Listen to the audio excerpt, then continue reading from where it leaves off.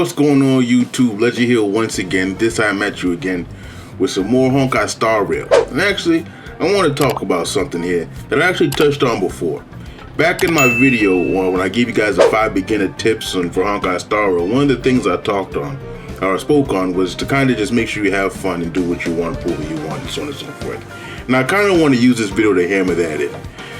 I want you guys to forget the meta for a second. Forget the meta, pick this person to be the most optimal, pick that person to be the most optimal. I know I myself give advice based on that too, and sometimes people need that advice, of course, just to know what the smart decision is.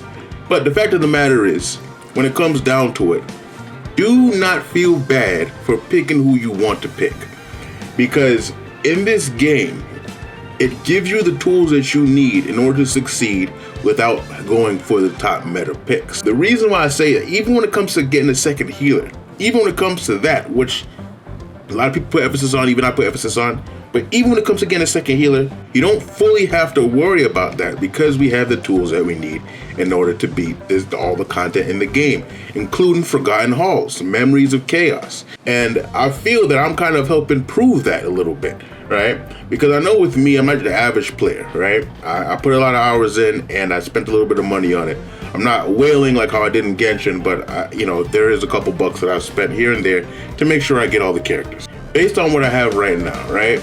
One of my teams is a fairly free-to-play friendly team with Jin Yuan and Ting Yun and March and MC, but they are doing enough to be able to get me to 3-star up to floor 7 of the Memory of Chaos, right? So that's 3 stars with floor 7 right there, right? I know it just started over, so I'm gonna have to do that again, but I was able to get to floor 8 with 21 stars, which is pretty good. And you might even see some other streamers who might have accounts not even as strong as mine even make it to as far as floor 9. So you don't need to be chasing and so focused on the meta so much. All you need to do is just know how to build your team and just stick with it and build it correctly, right? And that's all that really is there to it. Everything else just comes to pick who you want, you know? A lot of people are saying, yeah, Silver Wolf's good and all, but I don't want to go for Silver Wolf. Or I'm not going to go for Silver Wolf even though I like her because I need a second healer, I need Luocha. Well, if you pick Silver Wolf, you didn't necessarily make a bad decision. If you pick Jin Yuan, you didn't necessarily make a bad decision. If you pick Celia, obviously you didn't make a bad decision. That's the thing, you didn't make a bad decision no matter who we went through for. And even in the future, if you decide to go for Kafka, if you decide to go for Blade, it's still not a bad decision. One thing I've also noticed too is a lot of people have been clowning on Jin Yuan a bit and recently because I guess there's some complaints when it comes to CN and stuff like that and whatever.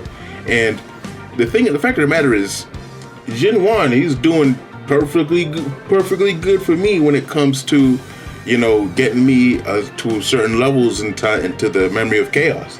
I mean, yeah, I do have a signature light cone at S1 right here. The other 4-star light cones have proven that they can put in the work. You might be missing a little bit of crit damage. You might have crit damage as me, but that's the thing. Like my Jin Yuan isn't that great built, so it's kind of easy to get to where I am with a 4-star light cone because my Jin Yuan isn't that strong. Like, do you think my Jin Yuan needs all that break effect? He really doesn't need all that break effect. I might give that to Kako when she comes. Like, he's not that great right now, guys. He's not doing too hot, So in terms of his build, right? I mean, granted, his level and his traces are tip-top shape right now. They're doing pretty good. He's not game-breaking right now. And I'm able to get that far. I'm 2 floors away to be able to complete everything, right? So when I fully level on my other characters, I'll definitely get there. Then there's Silver Wolf, who people were talking about and stuff like that. Like, my Silver Wolf isn't built the exact way that a Silver Wolf should be built, and she's still doing wonderfully. Right? She has her light cone, which, I mean, I didn't go for a second S2. I just got lucky and got 2 in pull, What can you do? Yeah, what can you do? When you're lucky, you're lucky. What can I say? I made sure I got her leveled up and stuff like that so I can get all her effect rate and stuff like that. Let's look at her effect hit rate right here.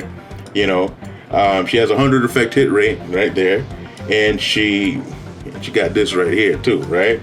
But like when it comes to energy recharge, you can see I'm not using energy rope. You know, her artifacts aren't that good either. I got it, and I got a break effect rope, which looked really good to me, so I just used it. She wants energy recharge, of course. And I actually think break effect is actually pretty good, but it's a whole other point.